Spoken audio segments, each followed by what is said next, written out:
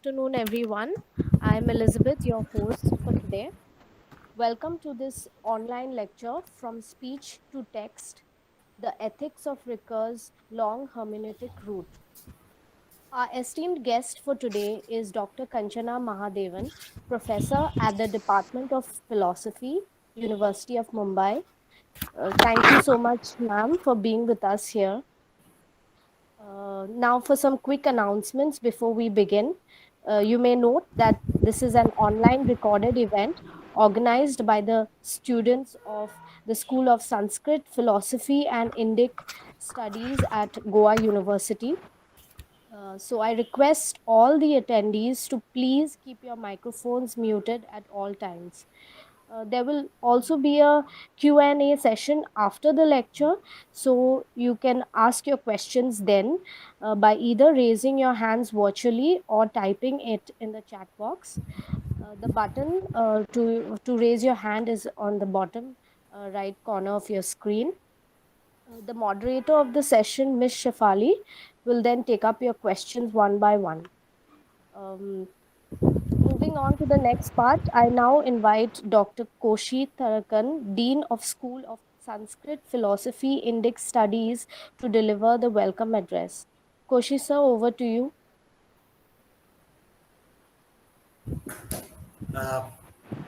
Good afternoon, everyone. It's a pleasure, to have you all here with us for this very exciting talk by one of our well-known philosophers, part of our philosophy community in India, Professor Kanchana Mahadevan.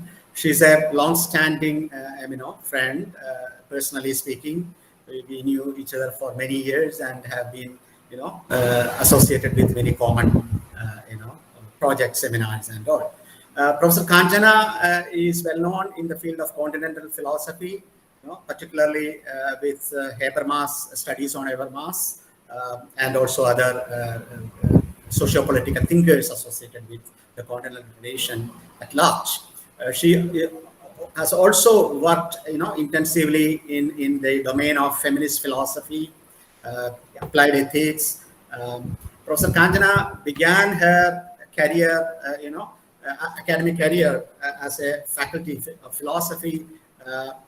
During PhD, days at University of Georgia as a teaching assistant at University of Georgia. Then, after her PhD from Georgia, she moved back to Bombay, her home city, and she began her career at Mumbai University sometime in 90s, 95 if I remember correctly. Professor Kanchana has published extensively in prestigious journals like Journal of Indian Council of Philosophical Research, Indian Philosophical Quarterly, even journals, even Sahitya Academy. I remember an article in Indian Literature long back. She has edited a 2-volume book also, on Dhamma and Buddhist studies as part of Mumbai University publication. Her own book on the theme of femininity and feminism was published by Indian Council of Philosophical Research. So apart from scholarly articles in journals, she has also contributed to anthologies edited by other scholars and published extensively. Professor Kanchana is currently professor of philosophy. Kanchana, once again to this webinar. I also welcome you all to this talk. Thank you, Professor Kanchana, for accepting our invitation. So let me now pass it on to Elizabeth. Thank you. I'll be switching off my video to save the bandwidth. All right. Thank you, Koshi sir. I now invite Dr. Kanchana to deliver the lecture. Thank you so much for this kind invitation, Miss Vidya, Professor Koshi, and the whole team at Goa University. And thank you for your very generous introduction. This is giving me an opportunity to connect with a topic that has a deep interest, in which I have a deep interest for various reasons. And I hope in the course of this discussion, I will be able to bring that out. One reason for choosing this specific theme in hermeneutics is because this was a request that was made from the students, the research students of Goa University, who are working on Ricoeur and so forth. And so I thought it would be intriguing for me, to once again revisit Ricoeur's intervention in the Gadama Habermas debate. Now, typically, this intervention is seen as an intervention about tradition. That what is the normative worth of tradition? This is how most scholars who have engaged with this debate and Ricoeur's intervention articulate that this is about Ricoeur's own understanding of tradition as plural, as not singular, tradition as critical, which is, I think, one aspect that is being highlighted. But I think there is another aspect here in this whole debate, and that aspect is the limit of dialogue. That in some sense, both Gadamer as well as Habermas look upon the text as along the lines of a dialogical model, and assume that the reader who reads the text is in a position of equality, reciprocity, and there is a similar kind of freedom that all readers have, and so forth. So there is a certain kind of a liberal paradigm that is implicit in that dialogue model. And somewhere I think what Ricoeur also does is he disrupts it, because he points out that dialogue is not the one and only framework of ethics. In fact, in hermeneutics, if we think about hermeneutics via the lines of dialogue, we are perhaps failing to comprehend the phenomenology of reading a text and the aesthetics of reading a text, because he brings the phenomenology and aesthetics of reading text together.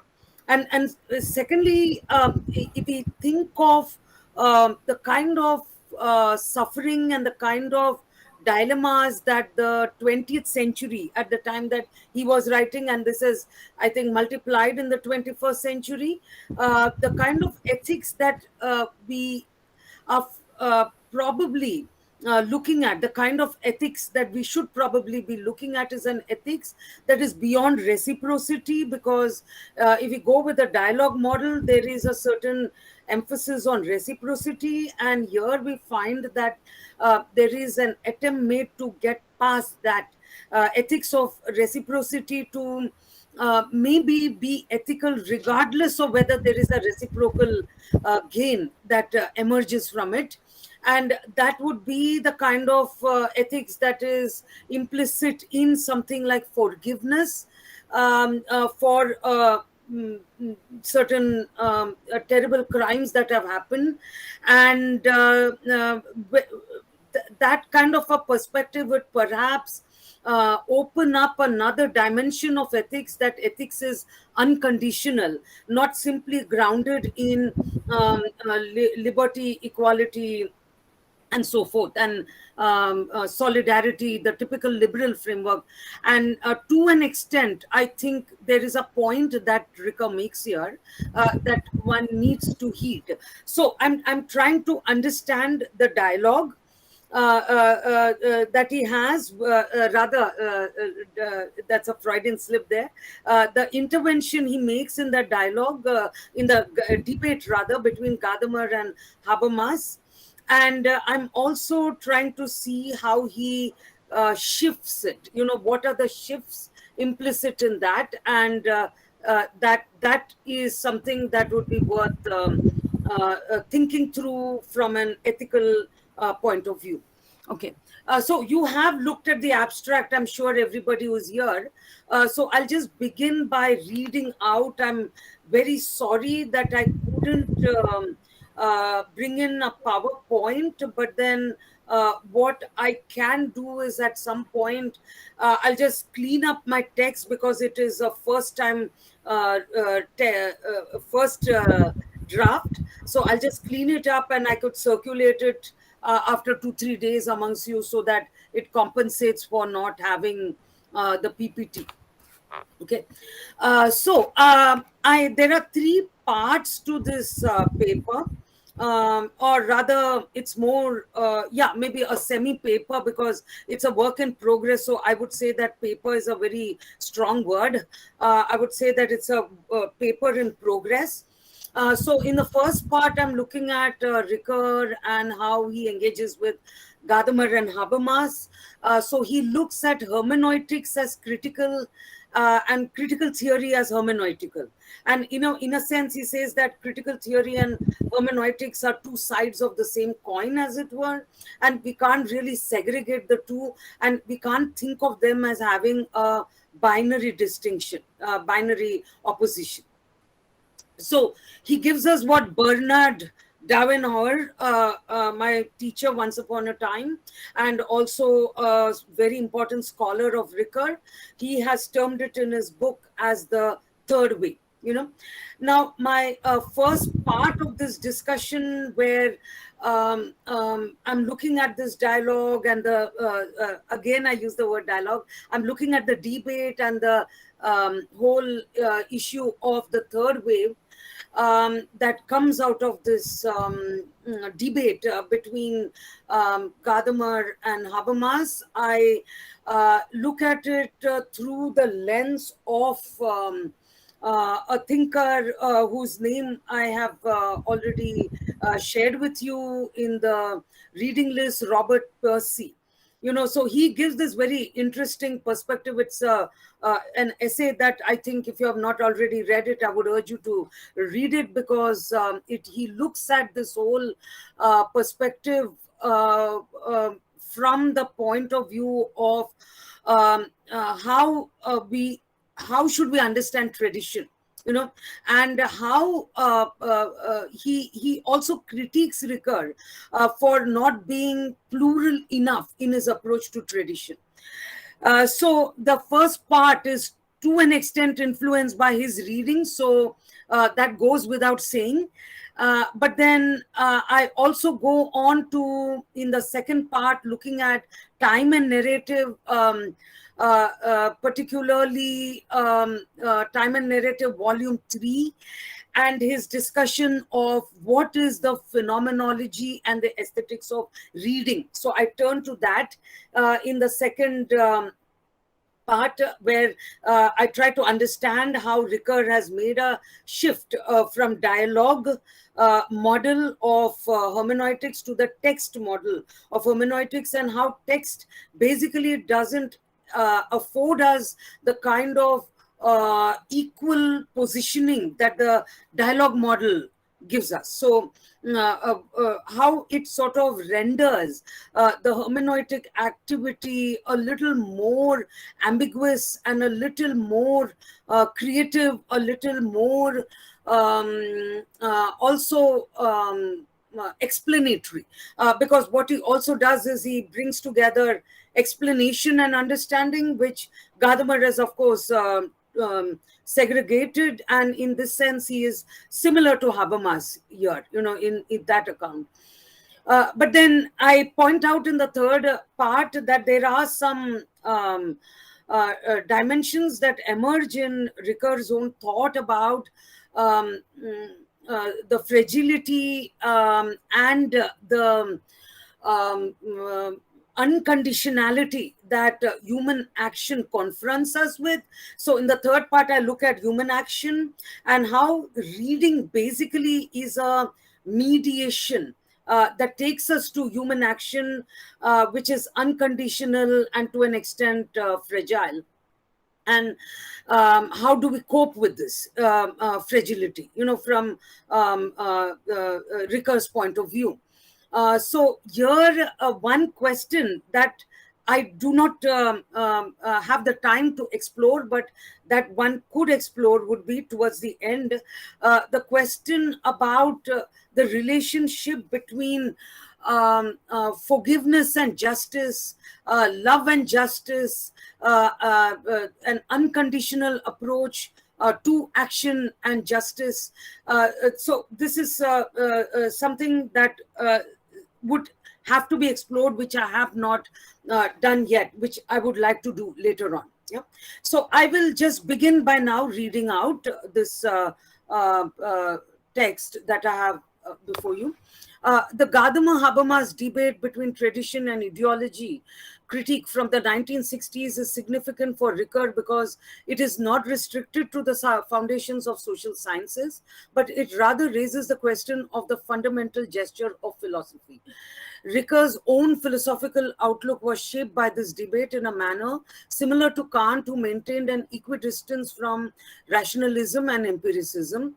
Ricoeur spelled out his own philosophical position as one of an equidistance, or what Darwin has termed as the third way between tradition and critique.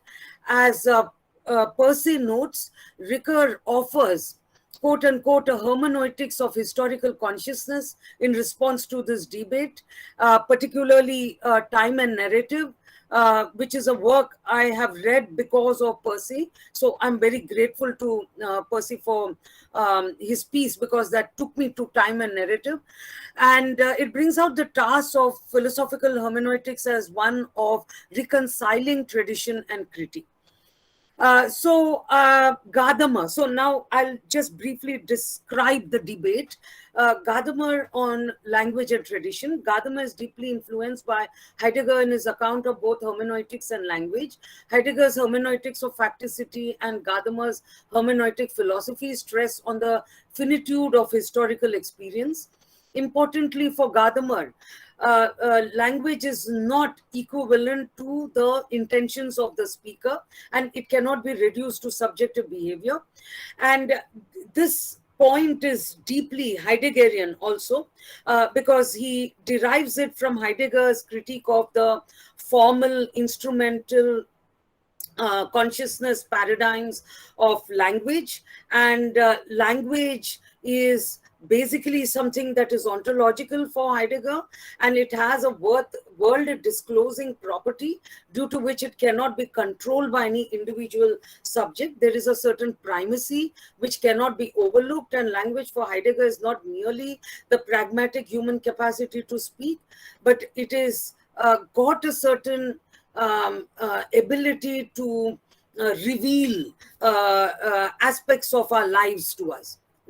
So language is not just human dialogue, but it is rather a listening for Heidegger to being. So the model of dialogue is there to an extent, but it shifts from human to an ontological dialogue, perhaps, where being speaks and the human being listens.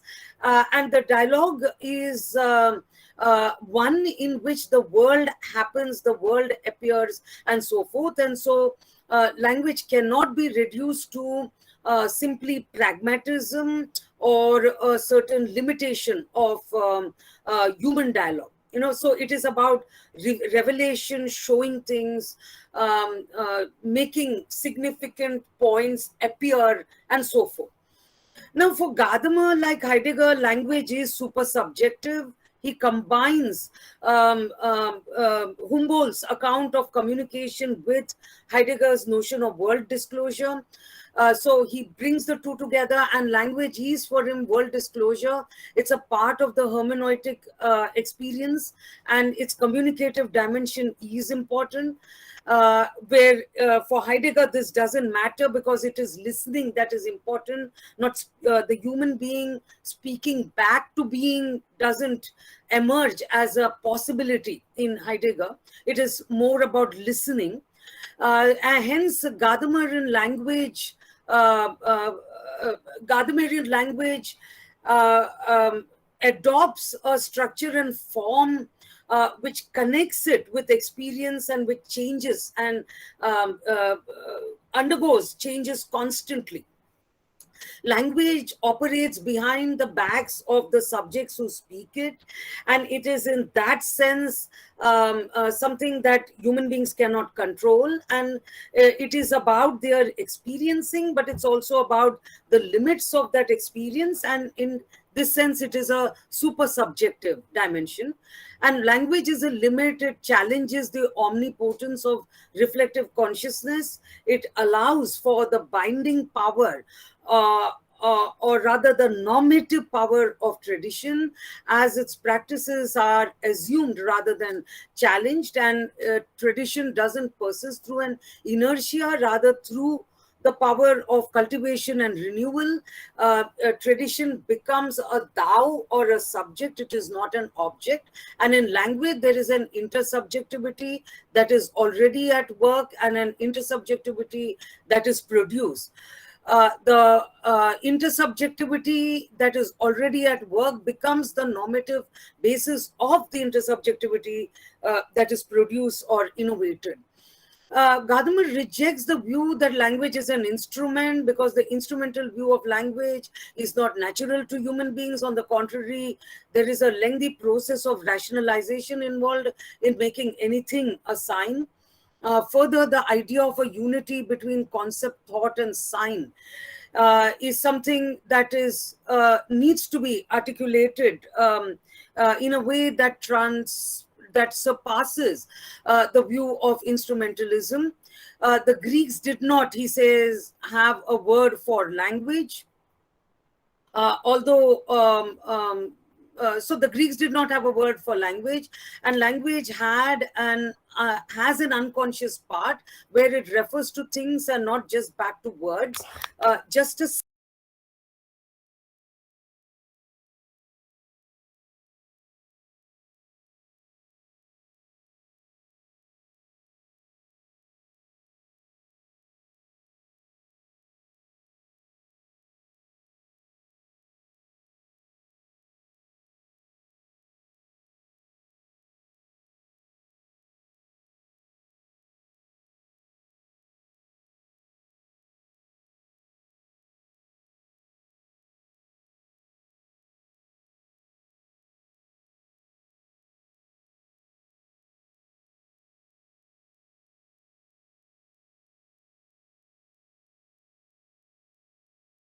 language has an unconscious part that refers to things, and it is not simply encircled in a set of words.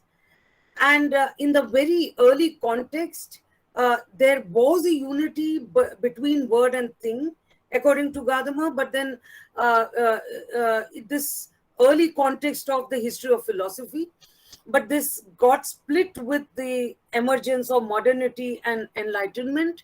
And in the dialogue Cratylus, for example, this argument is derived from Truth and Method. Plato discusses the word-object relation both from the conventionalist and naturalist points of view. And Gadamer critiques, he appreciates this discussion, but he critiques Plato's solution to it in terms of the theory of ideas.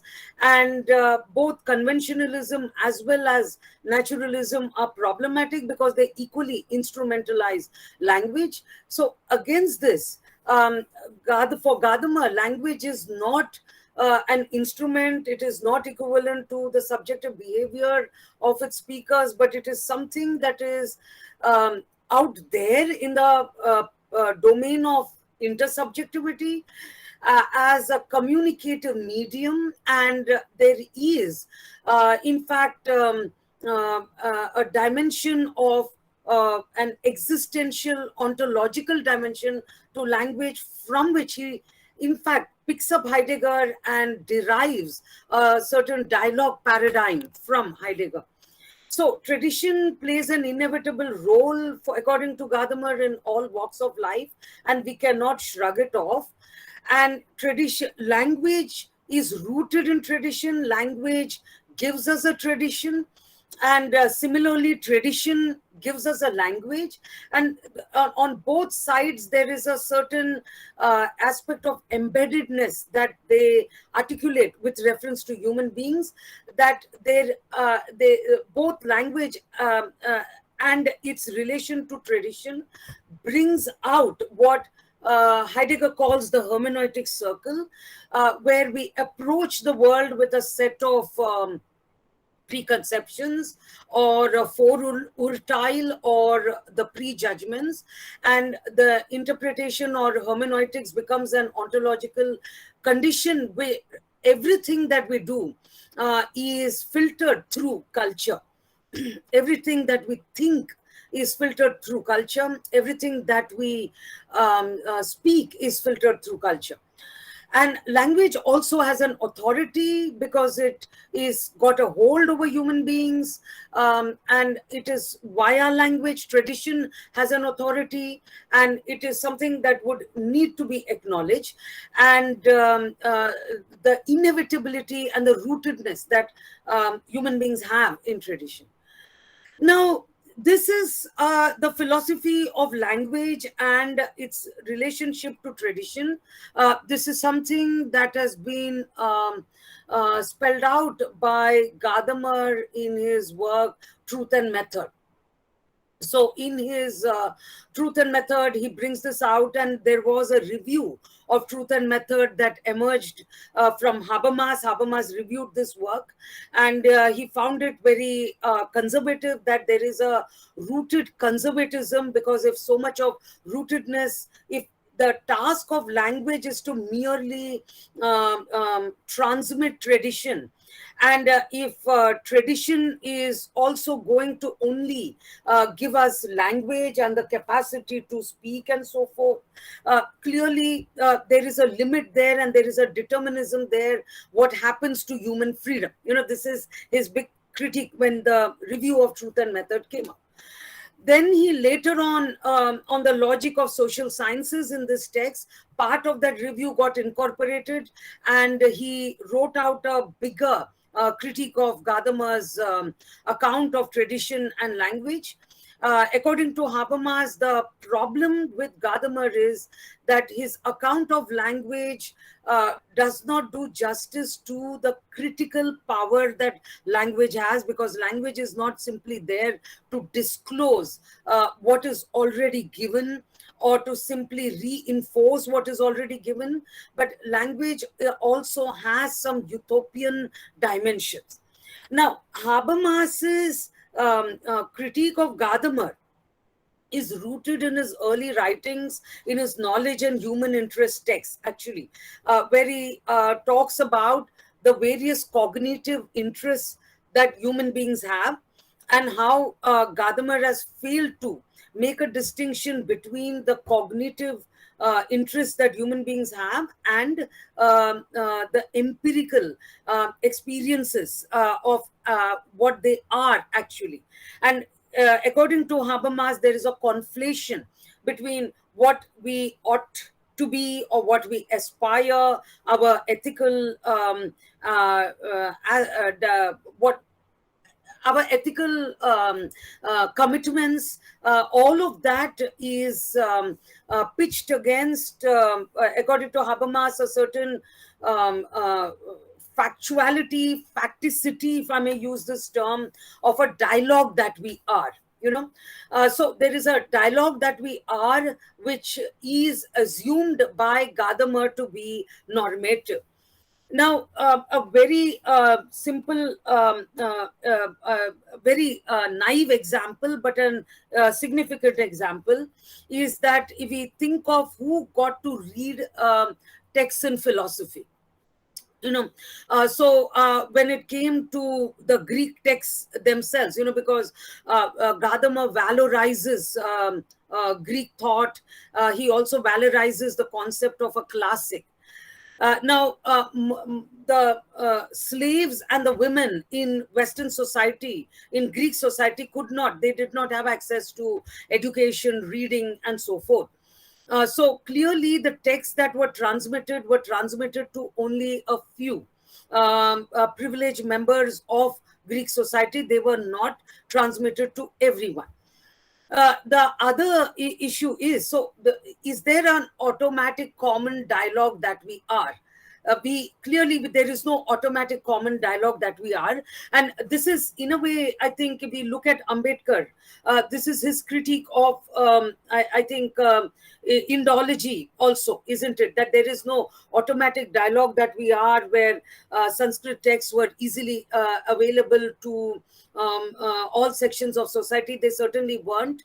And his whole critical approach is to point this out, that there is no comfortable dialogue that we are. There is no continuity that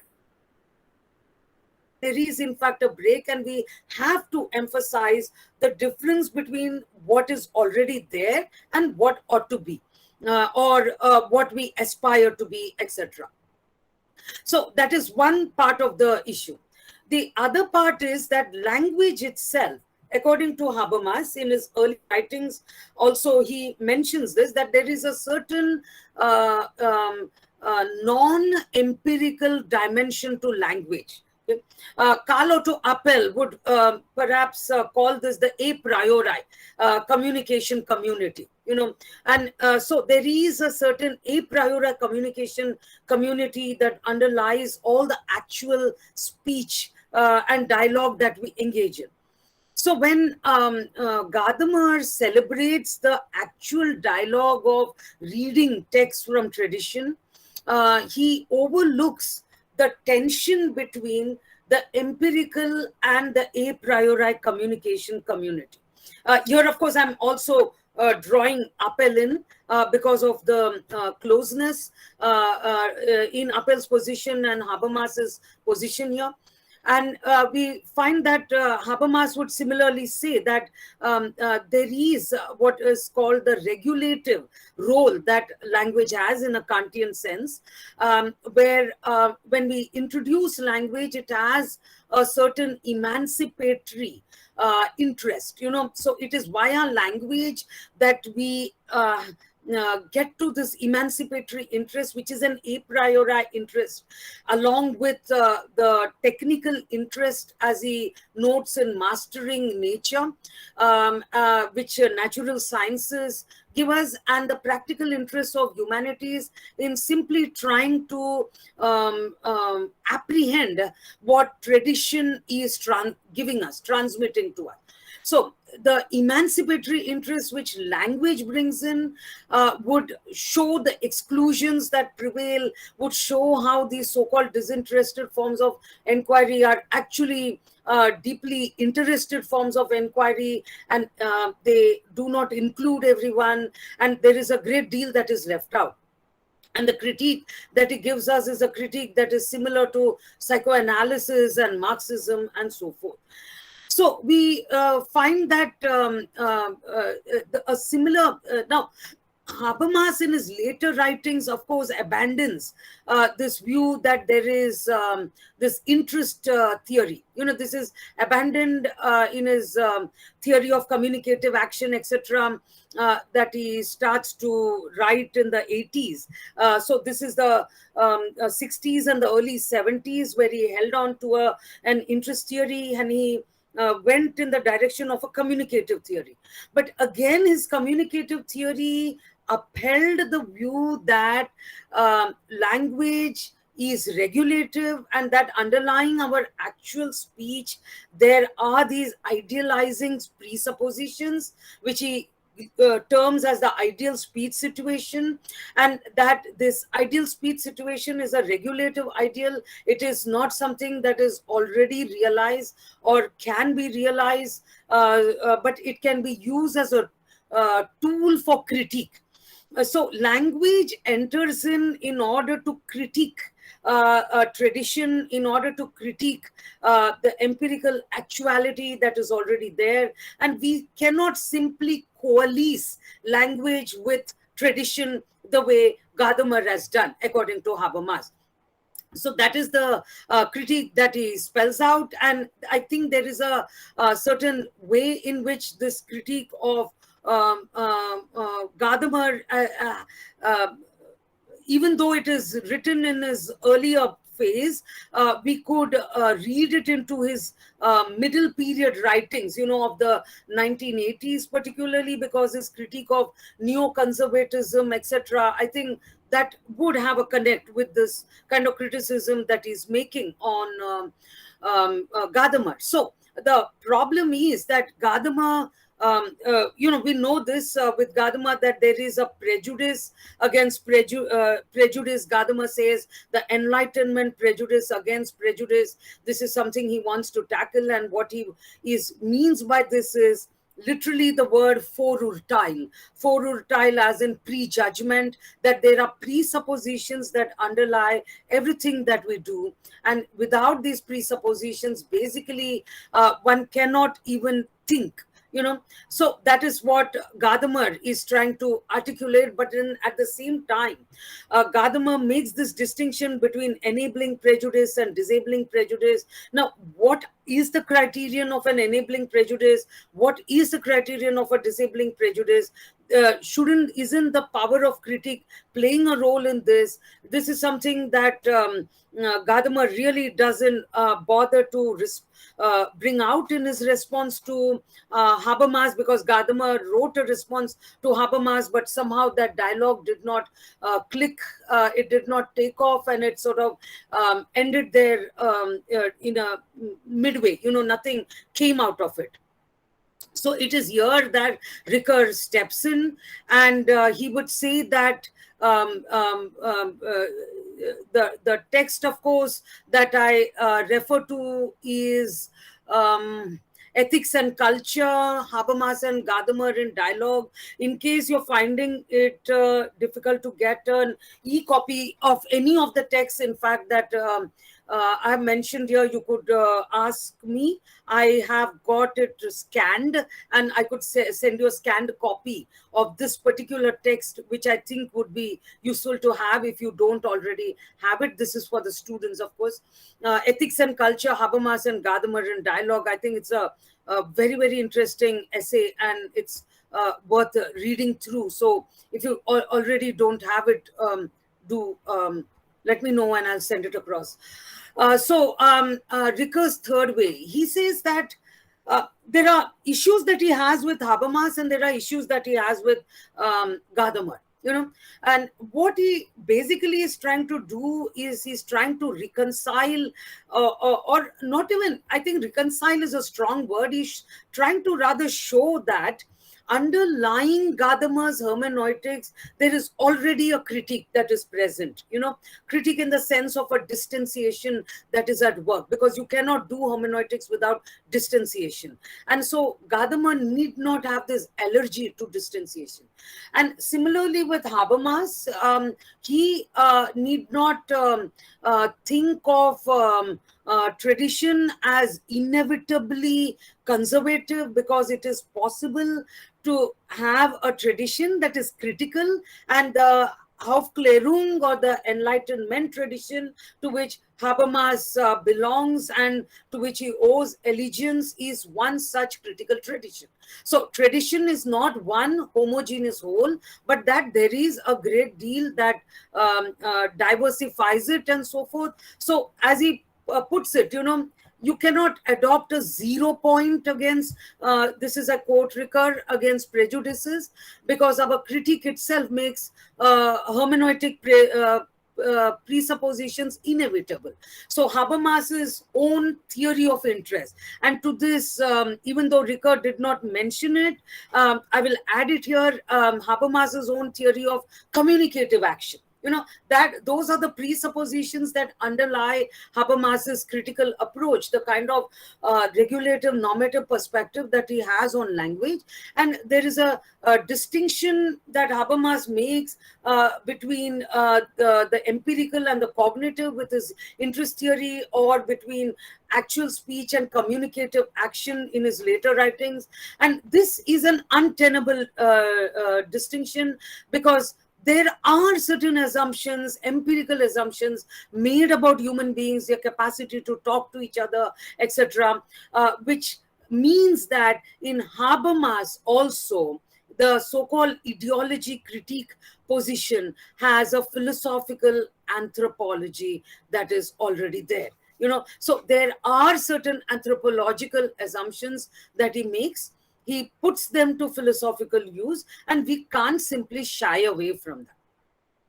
Now, again, the communication that is free from violence is possible only if it is, as Kant puts it, ought implies a can. So, a communication that is free from violence as a regulative ideal in Habermas is possible only if it is rooted in tradition. Otherwise, it cannot serve as an ideal in any meaningful way.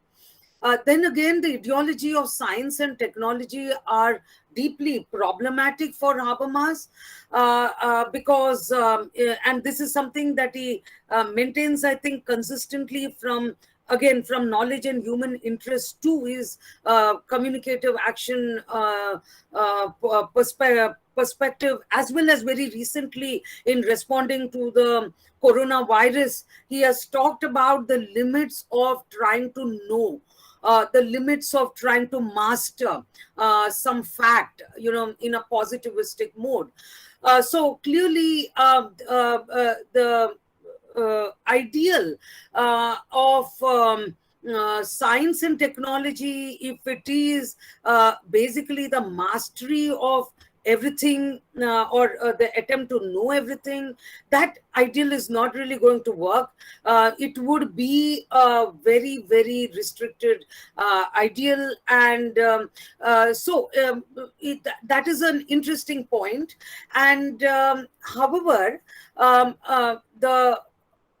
he extends this to social sciences also, that in the historical hermeneutic social sciences, again, we have a very restrictive ability to know. We cannot know everything about social relations. So perhaps the critique of ideology makes sense only if we link it up to the notion of the limits of knowledge itself, which is both in the natural sciences as well as social sciences. But then that has to be experienced in some sense, because unless one has some inkling, unless one has some kind of a connect with it, how would we even try to realize it? The significance of not trying to approach the world simply on a cognitive note. Now, in a similar, on a parallel note, Ricoeur points to the critical dimension in Ricoeur and the importance of looking at hermeneutics as rooted in tradition. In fact, he says that if hermeneutics is rooted in tradition, if texts are rooted in tradition, if we treat the text that we read as having some embeddedness, we would be able to engage in a critique. But the problem with Gadhammar, according to Ricoeur, is that truth and method make it a dichotomy. So we think of truth and method as dichotomous or different from each other. And hence he suggests that tradition should be viewed as a text in order to accommodate critical distance. And the very idea of distance, as Ricoeur puts it, is not a fall from grace. So it is not that we are going to lose anything by introducing the word distance or understanding the notion of tradition via the notion of distance, or seeing distance as having a mediating role to play. We wouldn't be really doing that. Rather, there is a productive capacity that distance has to help us in our endeavors to interpret text, give meaning to text, etc. So distance, in fact, enables us to think of texts as autonomous with respect to their authors and their cultural traditions, because it is thanks to the concept of distance that, let us say, sitting in India, one could read a text from, let's say, a text by Shakespeare or whatever, So we are able to cut across cultural differences because texts have an autonomy. The very notion of text, it is not simply stuck to a specific cultural context. Secondly, with the notion of distance, Ricoeur points out that we are able to link explanation with understanding, because there is a role that explanation also plays, where we think of text as having being in a certain place at a certain time. Why is it that in the Western world nobody is writing big novels anymore? But this is something one would have to come up with an explanatory causal explanation for this, and this is also requires some degree of interpretation and some degree of understanding. And distance enables us to think of texts as having a reference beyond themselves and pointing to the world. So the intentional character of the text, and this is the phenomenological moment again in Ricoeur, that texts have an intentional side where they point to the world, and distance in fact enables self-aware readers who are prepared to subject their own points of view to critique. So it is via distance that readers are able to engage in some kind of a critique of their own point of view. Self-criticism becomes possible because of distance. So what is Ricoeur doing here, in this intervention? For one, he's trying to look at how the projects that Gadamer and Habermas have are actually kindred projects, right? That they have plenty in common. They have a critique of instrumentalism, they have a critique of positivism, they have a critique of excess focus on facts. They have a critique of speculative metaphysics. So in several ways, we see them coming together. And this is something that has been pointed to, this particular point, that there is much that both these thinkers have in common, which Ricoeur brings out. This is something that even another thinker has made in a very, very early 1979 discussion. This is available on the net, actually. Jack Mendelssohn's account from 1979 of the Gadama-Habermas debate. That there is a critical element in hermeneutics and a hermeneutic element in critique, because both are opposed to scientism on one side, and he would say idealism on the other. And both of them seek the rooted knower. Now, the only issue is that Gadhammer perhaps doesn't bother with engaging with the explanatory paradigm, which is something that Habermas really makes an effort and really tries to do.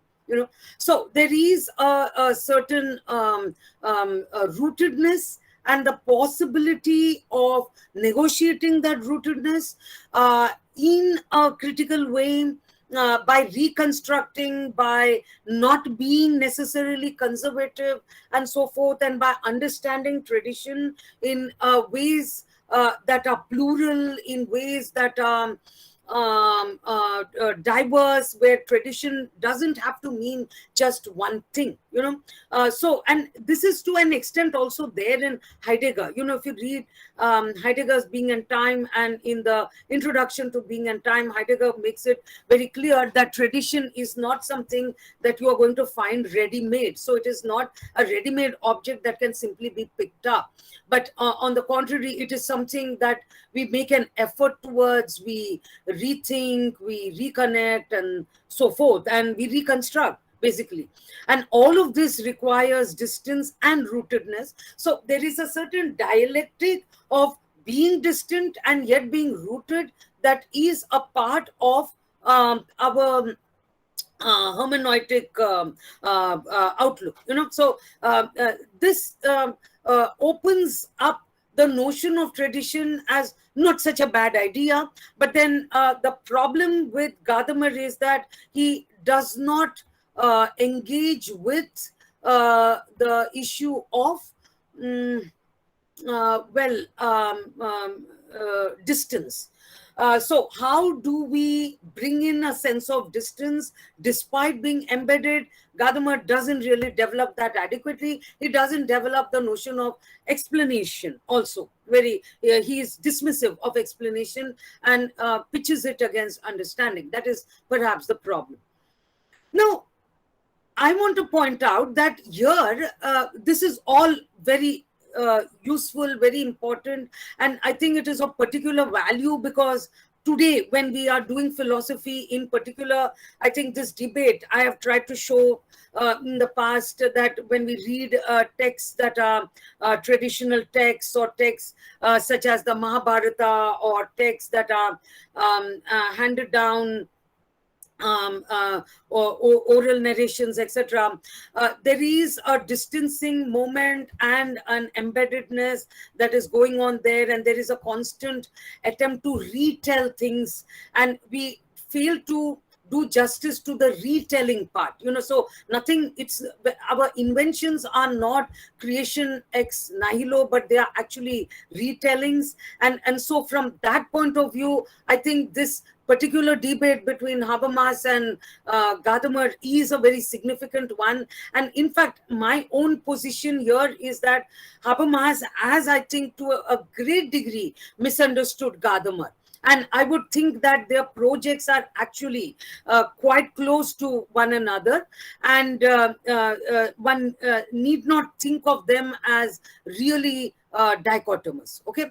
Now, besides this, what this debate, I think, is also on rereading it since last year, what this debate is also opening me to is the notion of dialogue, that both Habermas as well as Gadamer invest in the dialogue model of language. And when we go out to interpret a text, they feel that it is about, well, engaging in a dialogue with the text. So I treat the text like it is the I-thou relationship, as Gadama puts it. So the text is a thou, I engage, there is a conversation. And in fact, he is very eloquent about it, that in a conversation, we don't start out with pre-given perspective. We simply submit to the conversation. It is not like a geometrical theorem where we approach it with a specific problem and so forth, but it is rather we surrender to the conversation, and so many new things happen in the course of the conversation. And in fact, Gadamer is also going to say that the conversation, now this is where maybe there is a certain difference, that Gadammer will say that the conversation is a conversation between friends. And I critique this at one point, that can we really take the model of friendship to comprehend the cultures we live in via hermeneutics, because that would be reinforcing all of the exclusions that are already there. So our friends are always often from the same class, from the same social strata and so forth. And do we need to really reinforce it in this manner, that there is a nepotistic element in friendship, that he tends to overlook? And Habermas would talk about strangers, because for him, solidarity with strangers is a very important part of communication or dialogue. It basically opens up a certain solidarity with strangers. Now, I think that the dialogue model, perhaps in order that we engage with strangers, solidarity or not, in order that we engage with strangers or we engage with points of view that are totally different from our own points of view, which is something we need to do in hermeneutics. We would have to maybe start thinking along the lines of a pattern that is not quite stuck within the conversation framework. I think I've gone on and on. Can I have another 10 minutes or so? Because I think I'm way past the 60 minutes, right? That I got. I think you can continue. Okay, thank you. So please just drop a message, because I'll just finish this one argument about what Ricoeur means by reading, and how it gets us out of the dialogical ethics to thinking about ethics in a non-dialogical way. Yeah. Okay.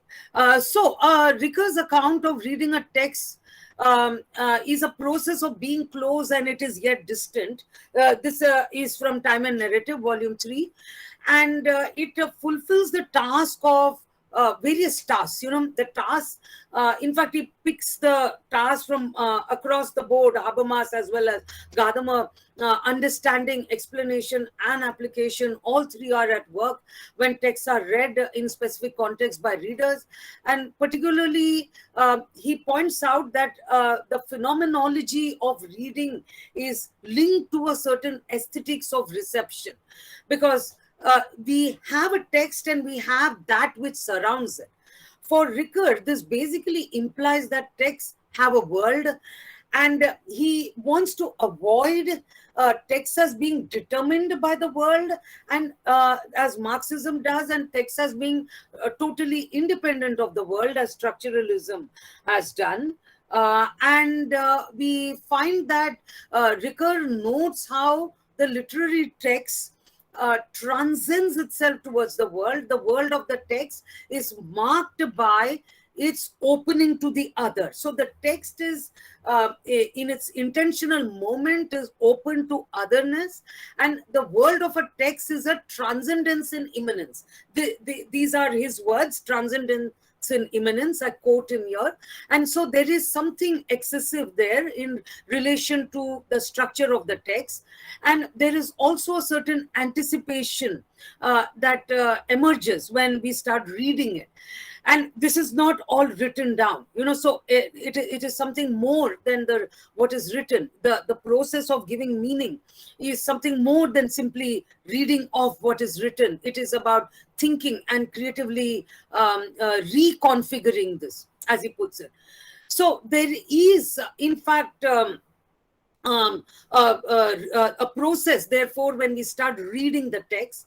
But then we also find that we need to read the text in order to start unfolding a process of acting, so effective action is unfolded, he would say, in between two worlds. On one side, there is the world of the text and the world of the reader, and it is reading that plays the mediating role between the two. So texts have a certain semantic autonomy. They are not determined by authors. There is a certain dimension of rhetoric also. And the readers, when they start approaching a text, they can see the unity that comes both from the rules of composition and in having what he calls an implied author, not literally as an author who determines the fate of the text, the way Schleiermacher would think about it, but rather an author. Simply, the notion of author is used by Ricoeur to mark the singularity of invention. That's a singular entity, and it is not like 1,000 other entities, but it has its own sort of position as a singular voice there. So, in fact, he would say that there is a certain way in which texts affect us, and there is the affect that is introduced by the text when the reader starts reading is also linked to aesthesis or aesthetics. And this again is connected to catharsis, because the reader is released from utilitarian considerations to make it a moment of communication. And in fact, here he differs from Gadhammer in pointing to how this is a Kantian aesthetics framework that he's picking up here. In Truth and Method, Gadamer is deeply critical of Kant. And there is also poiesis that is taking place here, which is a world disclosure that combines passivity with activity, where the reader receives the text in the very action of reading it. And there are differences in the way he would say that individual readers would pick up a text and public collective readers would, because a public context of reading would be to pick up a whole history of hermeneutic responses, whereas in the individual context is more individually motivated without necessarily having that backdrop.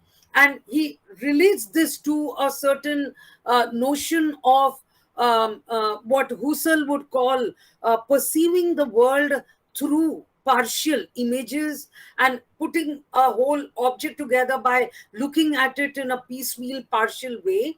So the Husserlian account of perception and the notion of reading that Ricoeur introduces are actually analogous, as Ricoeur himself avows the same. And in fact, he would say that there is some sense in which we go ahead, some sense in which we revert, some sense in which we correct ourselves. And it's a long drawn process, So reading is, in fact, there are three dimensions to it. And he uses a very interesting word here, a picnic, where authors bring the words and readers the meaning, readers discern the meaning. There is a lack of determinate meaning in the text, but there is also an excess meaning in the text. And it is a tension between being familiar to some degree and also being strangers. So in a way, it is about not, really friendship, not really strangers, but it's about being between strangers and friends, as it were. When we engage in the hermeneutic activity, it is about being familiar and also defamiliarizing ourselves with it. So it is not dominated by an epoch. It is not dominated by any prior familiarity that we have. And the dialectic that is at work here is a dialectic between to an extent, a givenness that is there on one side and the constraints of what is given, but at the same time, the freedom, freedom and the willingness to invent, to change, to imagine. So reading, he would say, is actually at one level, when we submit to the text, it is an interruption in the action. To quote him, it's an interruption in action, because I'm simply pausing there and I'm just listening to what the author is saying in the text. But then when I start reading again, because there are several levels of reading that we bring in according to Ricoeur. There is the first immediate reading where we simply imbibe, and then there is the second reading, which is a rereading, which is reflective, which is governed by understanding. And then again, there is a third level of rereading, which is basically trying to ask the question, what is the relationship between the past horizon of the work and the present horizon of reading? How do we connect the two? And how does that text that is from the past speak to me? Maybe it doesn't really speak to me. So I realize it doesn't really speak to me. But then how do I engage with that text despite the distance and despite my contemporary moment? How do I engage with history, that which is historically given? So in a way, the question that is posed here is also a question about how I'm not really dialoguing with the text because the text doesn't really speak to me, but then I perhaps reflect and imagine with the text. So there is a sense in which when I read a text, I'm engaging in a process of imagination, and that process of imagination perhaps is what allows for renewals of some sort. But then finally, I argue here, I'll wind it up in about 5 minutes. And this is from the text, just a second. It is from Ricoeurs' The Hermeneutics of Action, Richard Kearney. The first 3 essays in that book, they sort of articulate the dilemma for ethics. On one side, he points out that it is not possible to think of a dialogue because migration has led to porous boundaries.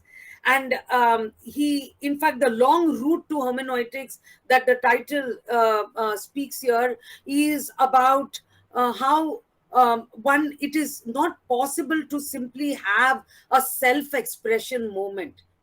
So hermeneutics is not about simply self-expression, but it is rather about trying to understand oneself by understanding what is around us. So when I understand why I read certain kinds of books, why I see certain kinds of movies, etc., why I appreciate certain kinds of art, maybe that would give me an understanding of myself. So I come to myself via the other. So there is a long route to hermeneutics, because this whole process of reading is not a short route of simply expressing oneself in dialogue, but it's a long route where I go through a process, a long-winded process of mediation, and it is via that mediation that I can even find my voice. Okay? Now, if that is the case, then clearly we find that the imagination would have to play a very significant role here, and particularly political imagination, where we think about connecting the self and the other in ways by our translation, by learning the language of the other, to comprehend the foreign by imbibing the ethos of the foreign, and by living with the other, he uses this phrase, living with the other, taking the other home as a guest. So the translation ethos is one of being open and being hospitable, where it is not simply sitting in one form location and dialoguing with one another.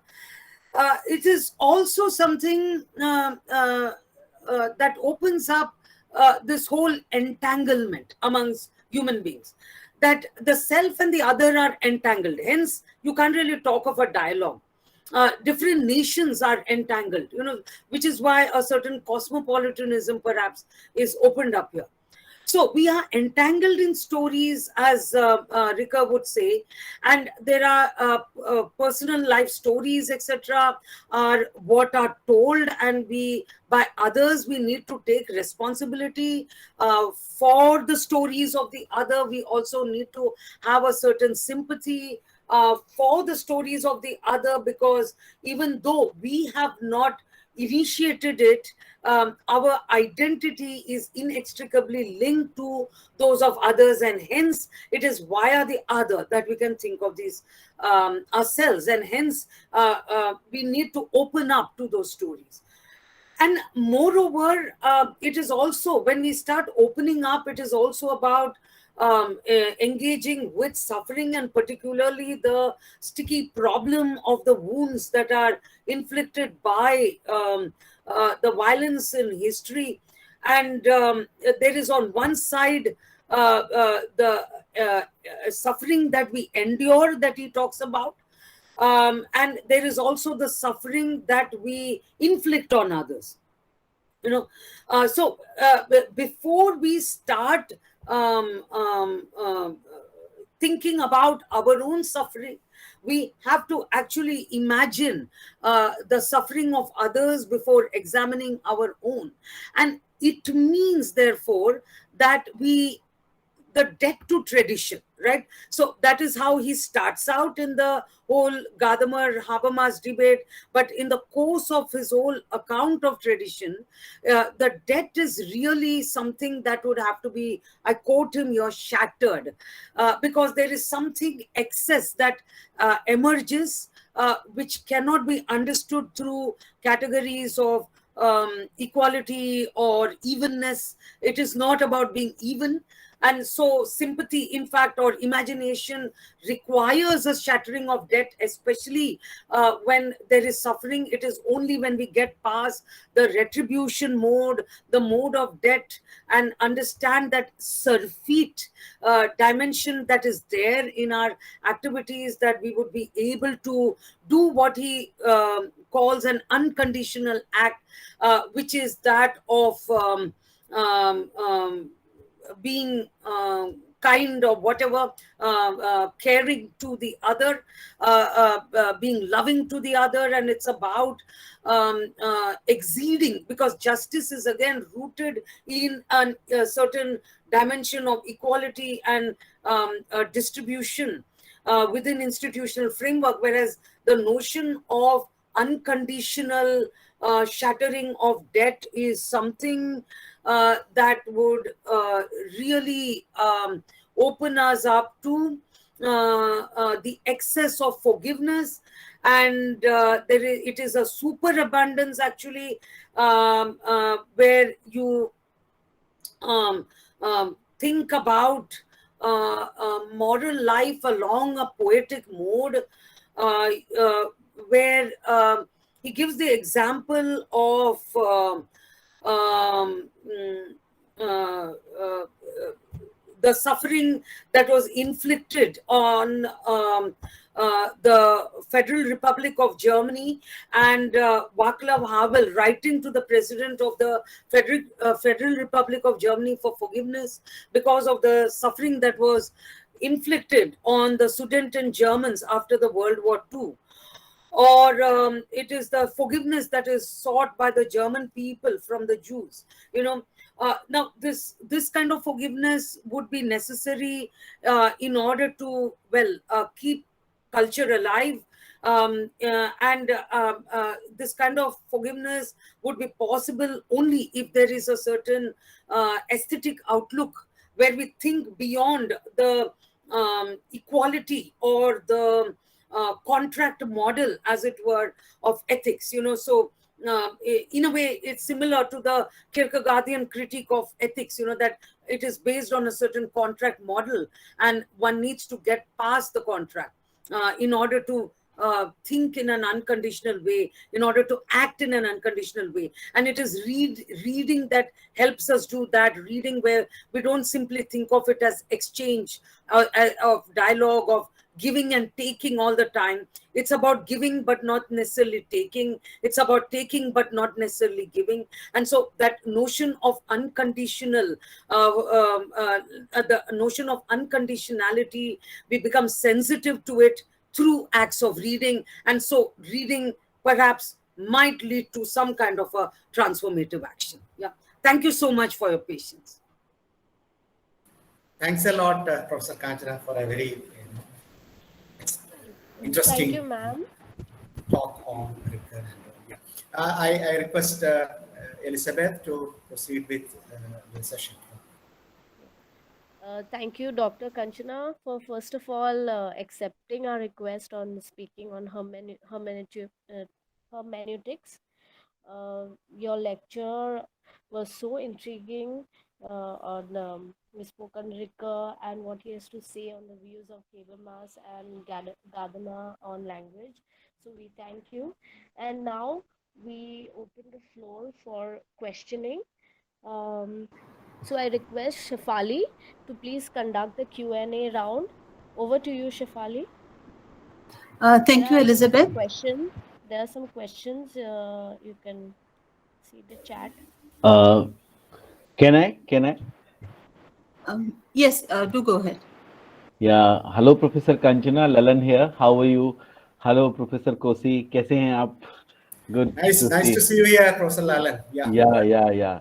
It's amazing. It was almost like an afternoon treat, Kanchana. The way Thank you you, so much, Professor Lalan. Very the kind kind, of you to spare and your time and come. yeah, yeah, wonderful.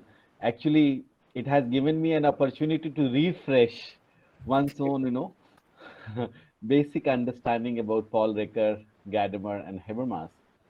Uh, I was just wondering on your last part of conversation, Yeah, and therefore two set of problems. One is that act of reading is almost like act of picnic, and therefore an engagement. And this deepening of engagement need not to be looked at from a formalistic understanding or contractualist understanding, and therefore the issue of equality and justice are not that important. They are important in the framework, but they are not that important. So to me, Paul Ricoeur is sounding quite spiritualist, complete surrender, and then able to appreciate the other. It also takes me to Levinas, and but at the same time I come back the debate which you have referred, cataloged in the very beginning, a debate between Habermas and Gadamer. And the debate between Habermas and Gadamer, when we are trying to look forward, the structural inequality, we are not partners, we are not equals. There is a structural class citizenship in the society, if one is allowed to use the John Marshall's argument. So we are not conversing and dialogical rationality on equal term. So until unless this can be undone, we are not collaborators, equal collaborators. So on these questions, is Paul Ricoeur silent, or these questions are not that important? You have already made a hint that he's actually talking about phenomenological reading, and phenomenology of experience, through which, quite Husserlian in his framework. But at the same time, he transcends Husserlian framework and offers an engagement as time and narrative. You referred both all the three volumes time and again. So where do I locate Gadamer, Paul Ricoeur in these times when we have a fantastic constitution, German constitution, but can we really distribute the guilt? And how does that distribution of guilt can happen? Can it happen in complete surrender and complete engagement with the stranger? That stranger is not given, it is within me. So where do I locate the tradition and tradition of dialogue and the tradition of intellectual dialogue, particularly in these moments? These are very turbulent moments, and all moments have been turbulent in their own time. But these times, is hermeneutic reading offered by Paul Ricoeur take us somewhere else in a very spiritual kind of discourses? That's what I was wondering if you could throw a little light. Though you have been complete, fantastic. It was so refreshing to listen to you, Professor Kanchana. Thank you. shall I respond or collect the questions? Shall we collect the questions? Ma'am, how would you like to go about? I'll give a quick response to the to Yes, each ma'am. question. Is that all Yes, right? ma'am. Yeah. Yes, ma'am. Yes. Okay. Perfect. Yeah. Thank you so much, Professor Bagel, for bringing this up. The question of justice, because where are we going to put justice here? Because after all, we all of this talk, about being unconditional, simply surrendering, as you used a very nice word. Thank you for that, surrendering, as you put it.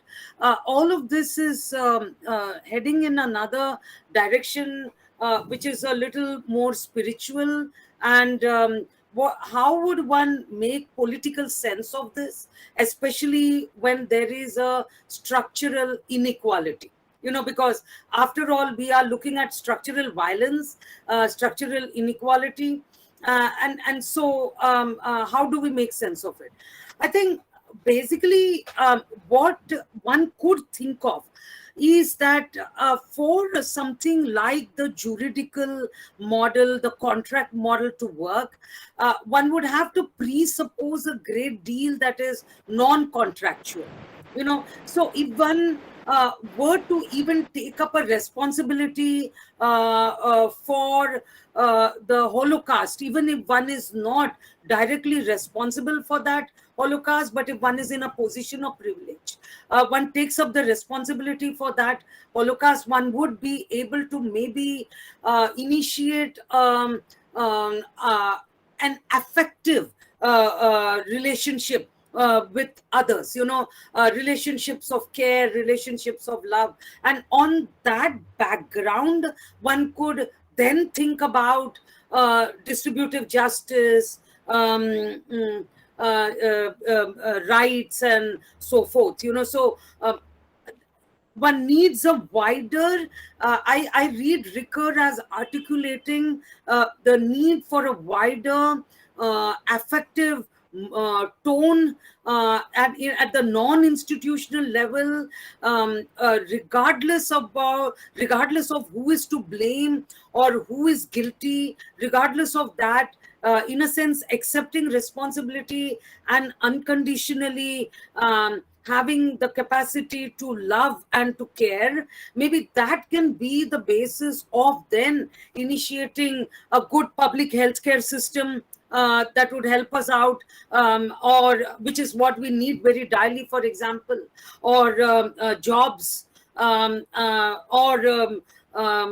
addressing the structural violence of caste, gender, and so forth. So I would see it in this sense. So in a way, I would say that prior to the Habermasian discussion of justice, there is a more primordial dimension of our lives that Ricoeur is trying to highlight, which is that of the way we connect with each other, and the care we should have for each other. So I see this more as a perspective of care that Ricoeur brings in to the picture. Thank you so much, ma'am. Thank you. Thank you for helping me think about it, because the justice question, as I mentioned at the start, I had not thought very deeply, although I had the ambition of thinking about it, but I didn't have the time to. But thanks to you, I'm going to be able to think about it in a more sort of focused way. Thank you so much. Thank you so much. There is a question posted by Ms. Kanchan Gupte. Yeah, which I will saw the read. questions. Yeah, ma'am, should I read it out, or you would like to respond? Yeah, I'll just respond to it. Kanchan Gopte, thank you for your question. Ricoeur is studied more in philosophy and religious studies. He should be taken seriously. Of course, he's written so much about the process of reading literary texts, what are literary texts, and his discussions of Wolfgang Iso, for example, etc. And of course, he should be taken up as more in literary studies departments as well, I would say. And he did distinguish between, he doesn't explicitly, he does critique dialogue, and he does constantly. So thank you for highlighting this. So this is basically the point is that we need to comprehend the dialectical moments in interpretation, rather than simply look for a dialogue which is about very simply making a claim, the other person receiving a claim, arriving at an agreement. That is too linear a process. So rather than that, it is more dialectical. So dialectical is a brilliant word. Thank you. There is on one side the givenness of the text, but at the same time there is a certain excess in the text. So the excess on the givenness, how do we balance the two? I think that is what Ricoeur is trying to deal with. Thank you for that question.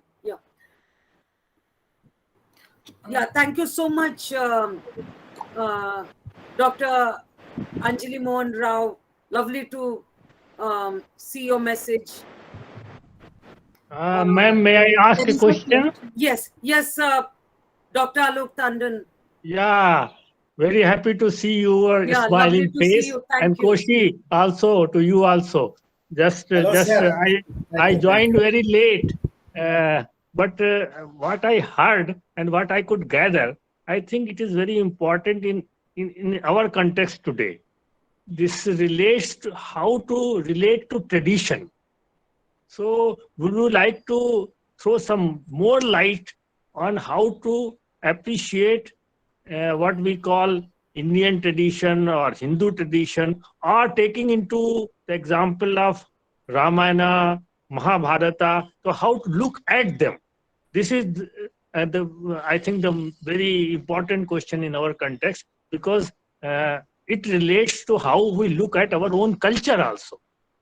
So how to look at the Indian culture with this method of record? This is my worry.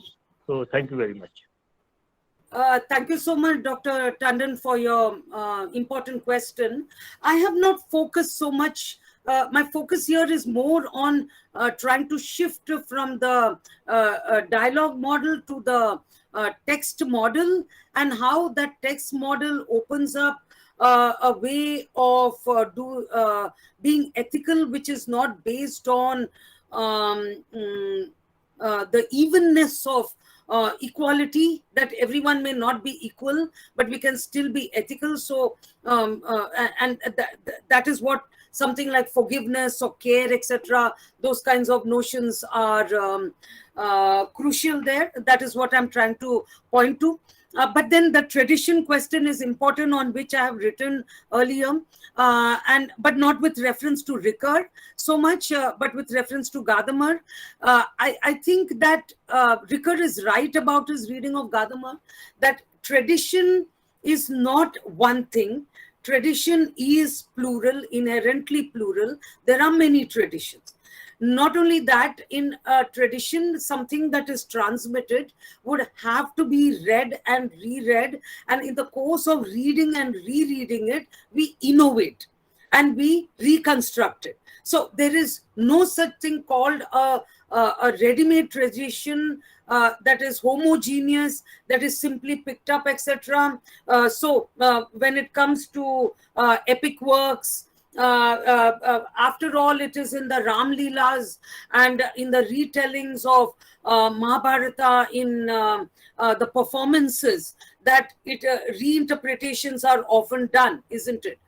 So the performative dimension becomes a very important part of, I think, comprehending it. So I would say that the Gadama Habermas debate actually exposes us to how tradition has got a very strong strand of critique within it, and that it is not something that one could think of through the prism, through one particular point of view.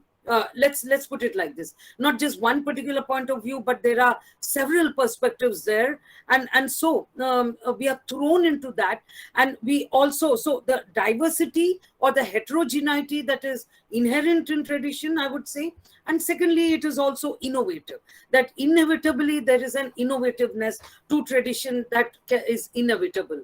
And this is, of course, very important in the Indian context, which is why I found this debate very important, something I've studied in my student days, but it's, again, I've kept on revisiting it throughout my life as a philosophy student, because we always think of India as a traditional country, right, where there is tradition and so forth. So what is the meaning of that tradition? So that is something we need to think with. But then now I'm trying to also say that let us think beyond dialogue, that if we want to really address some of the, if we want to transform society in some sense, or at least make a meager bit of difference even, maybe one needs to think beyond the dialogue model. That's what I'm trying to say. There is a That Would you such a like dialogue to say- presupposes, it presupposes something else. Yeah, sorry. I just want to intervene. There is one way of looking at diversity as an expression of oneness. Plurality is just an expression of oneness behind something. And another way is of looking at diversity right from the very beginning. So which view do you subscribe? That is my question. Well, obviously, I would say that there is a diversity that is discontinuous. So it is not I find Gadhamar's account of dialogue that we are very problematic, because there is no automatic dialogue that we all don't read the same text. There is power that plays a role in the kind of text that I select and the kind of readings that I do. I'm not allowed to read certain texts by institutional violence, and there are some texts that are open to me. So the choice of text itself is governed by, I think, power and violence. So that is something one would have to take into account. And it is not about the many facets of oneness, but it is about understanding very discontinuous strands in tradition. But Gadamer also says that every time we try to understand, we understand differently. And I really find that point very fascinating in Gadama, that there is no one kind of understanding, that understanding is inevitably different, it is inevitably diverse and so forth. So it is not like as though there is one tree and, from the tree, there are these different branches emanating, that is to easy a model. I think it is about different trees, and having different requirements, different soils, as it were. So it is more like a river, not as a tree. How would you like to say? Yes, A river metaphor. is a better, river is a Better very metaphor. good metaphor. Thank you very much. Yeah, thank you so much. Professor, there are some questions in the chat box. Yeah. Miss Anuradha Maltankar, would you like to ask your question? Yeah. Good afternoon, ma'am. Good afternoon, sir. Yeah, good afternoon. It's a privilege, ma'am, to see you and to listen to your lecture. Ma'am, I have a Thank you so question much. on Gadammer's fusion of horizons. Okay. Whether Ricoeur agrees to him totally. Like in the fusion of horizons, Gadammer says that when you read a text, you are alien at first, and later on we gain profound understanding of the text and also of ourselves. And Gadammer says it's a new creation. There are different results each time, as you just now said. So does Ricoeur agree totally to him? That is my question, ma'am. Yeah. Now, the Ricoeur partially uses the notion of fusion. But the fusion, and he will also say that, the text has got its own world. The reader has got his or her own world. So the mediation between the two is done through the act of reading, which also then makes us responsible as ethical actors in the world. Okay. Now, what about the fusion itself? Now the two horizons may not be fused in the manner that Gadamer thinks they could be, because there is always an excess that in the text. So the text is not got just one simple meaning. There is a surfeit of meaning, and in the quest for that surfeit, the fusion will always be a little bit of fusion may happen, but it may not be a very perfect and a very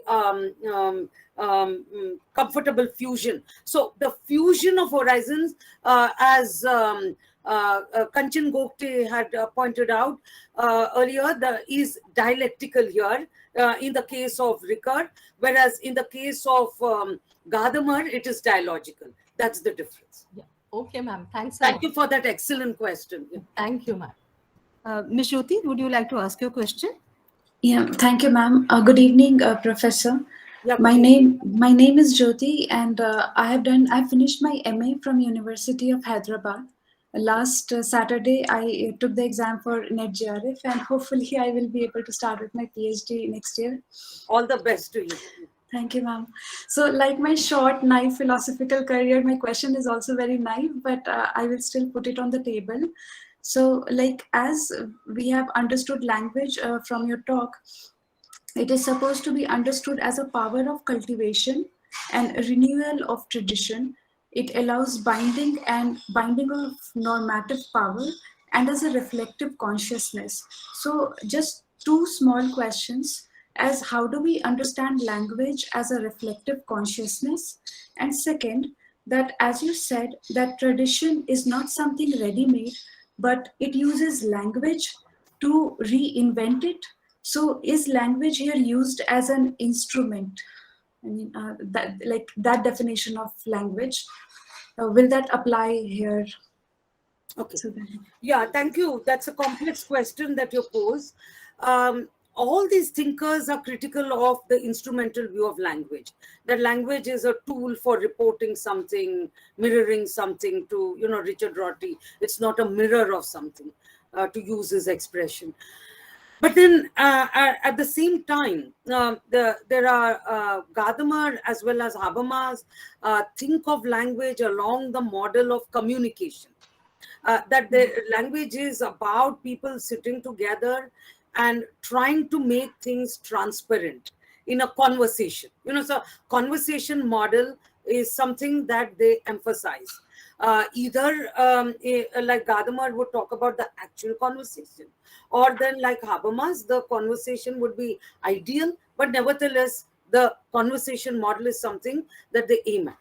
Now, they wouldn't say that this is simply about consciousness. It's about the external part of our lives, our embodied dynamic kinetic abilities out there in the world. So it's not so much about consciousness or something within that is outside, but it's always outside. The whole dimension of language and the world makes it all outside, open, public.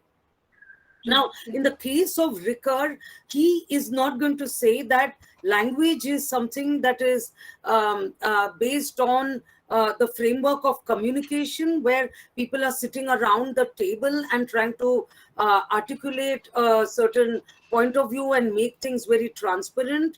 But it is rather about more in the spirit of expression, where one expresses something the way an artist does, and the other may or may not grasp exactly what is said, but there is a certain capacity that word has to trigger off the imagination, and this is along the lines of Kant. He would say that a work of art actually triggers the imagination. It is a sensus communis. It is not that we know exactly what the artist is trying to say, because I can't get into the artist's mind, but there is an attempt made there, So I think that is where Ricoeur would differ from the others. That it is not about making things transparent to one another, but it is more about engaging with the surfeit of meanings that are possible via the imagination. Right. Yeah. Thank you so much, ma'am. Thank you so much. Yeah, we could take these two questions and end the session. There is one by Ms. Kanchan Gokte. I think it's a continual of what she was saying. And we can take Sia's question as the last one. Kanchan, would you like to speak for yourself? No, that was not a question. That was just a continuation in what we had said about tradition, not with a particular reference with Gadamer or Ricoeur. But tradition, what do you think? That is also not something very static. Because today's revolution is again tomorrow's tradition. That was in continuation with Dr. Tendon and what you were talking about. Yeah, absolutely, absolutely. Sia, would you like to? Sia, are you there? Could I read her question? Or I could read it. Okay. Yeah, thank you. So there is an increasing trend among authors like Chitra Banerjee, Diva Karuni, Kavita Kane to narrate epics such as Mahabharata and Ramayana through the perspective of women, such as Draupadi, Sita, Karna's wife, etc. It is also seen in these books that these stories are retold by the modern women and so are innovative. Can this also be viewed as innovation of text or innovation of traditional text? This is a very good instance of innovation that you have given. And excellent example. That because one of the big issues, I'd written about this, that B. Matilal, for instance, has talked about how in Mahabharata there is a great deal of struggle with moral dilemmas and how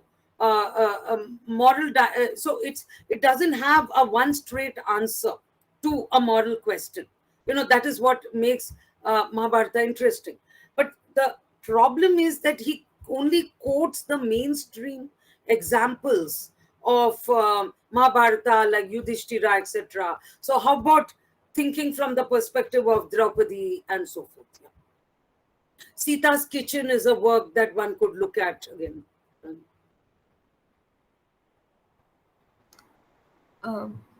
Anybody for a last quick question okay, Miss Madhvi, I could read that. Adding to Kanchan Gopte's question, Professor Dayakrishna says that tradition is determined by changing minority and not unchanging majority. So does the small stories and voices across the corners of the world could bring vast change in the perception of traditions in future? Yes, absolutely. So it's not about suddenly coming and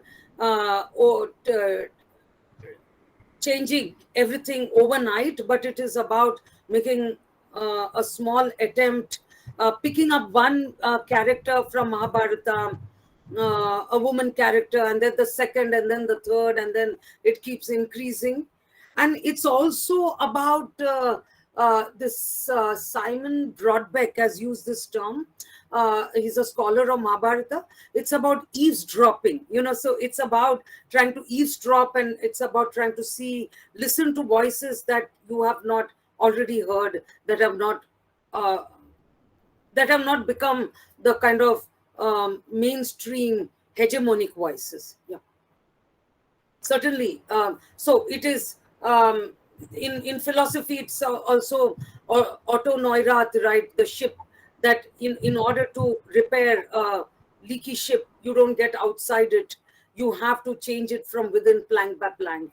So on a similar note, and that is the hermeneutic circle also.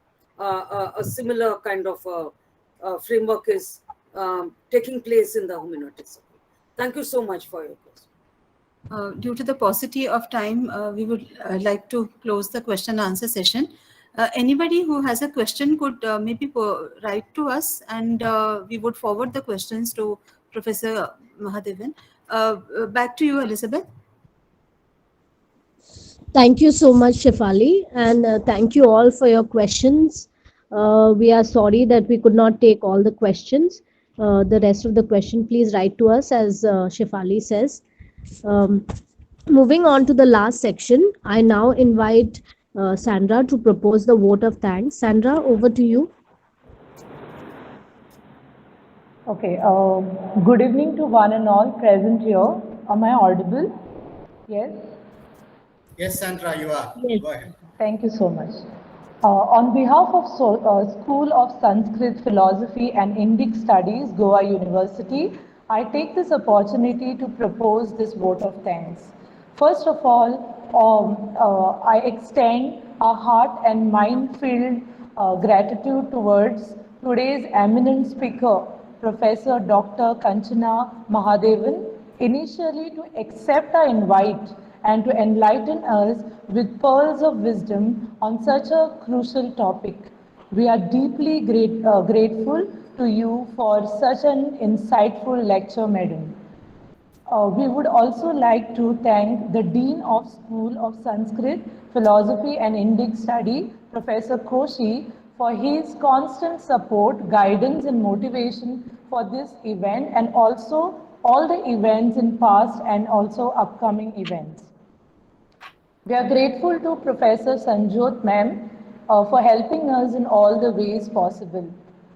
We also acknowledge the presence of lot of participants, who are the professors of eminent universities. We are really acknowledging your presence and for all the insights that you all have given us. We are also thankful to other faculty members of the school, Dr. Walter and Ms. Rajvi Naik, for their presence. I'm also grateful and acknowledge the presence of faculty members from other colleges in Goa. For example, ma'am, Dr. Anjali Rao. It's the efforts of all the research scholars that have made this webinar possible. I express my gratitude to all the scholars who were involved in making this day possible. Thanks to all the students for being present, for being patient minds to receive the knowledge which was spread by Madam Kanchana. We are also grateful and thankful to all those who were involved in poster making and poster designing and also event promotion. Whoever is left, we are all grateful to all of your presence and being here. Thank you so much for an amazing deliberation. Once again, Thank from you, my side, Sandra. thanks a lot, Professor Kanchana, for it was a wonderful talk listening to you, as is always the case. So, and also thank you all for being there. It's almost 2 hours, and I'm really grateful for your Yes. participation. Thank you so much and have a lovely evening, everyone. Bye-bye. Thank you, ma'am. Thank you, ma'am. Bye. Yes. I wish all of you all a great day ahead. Thank you.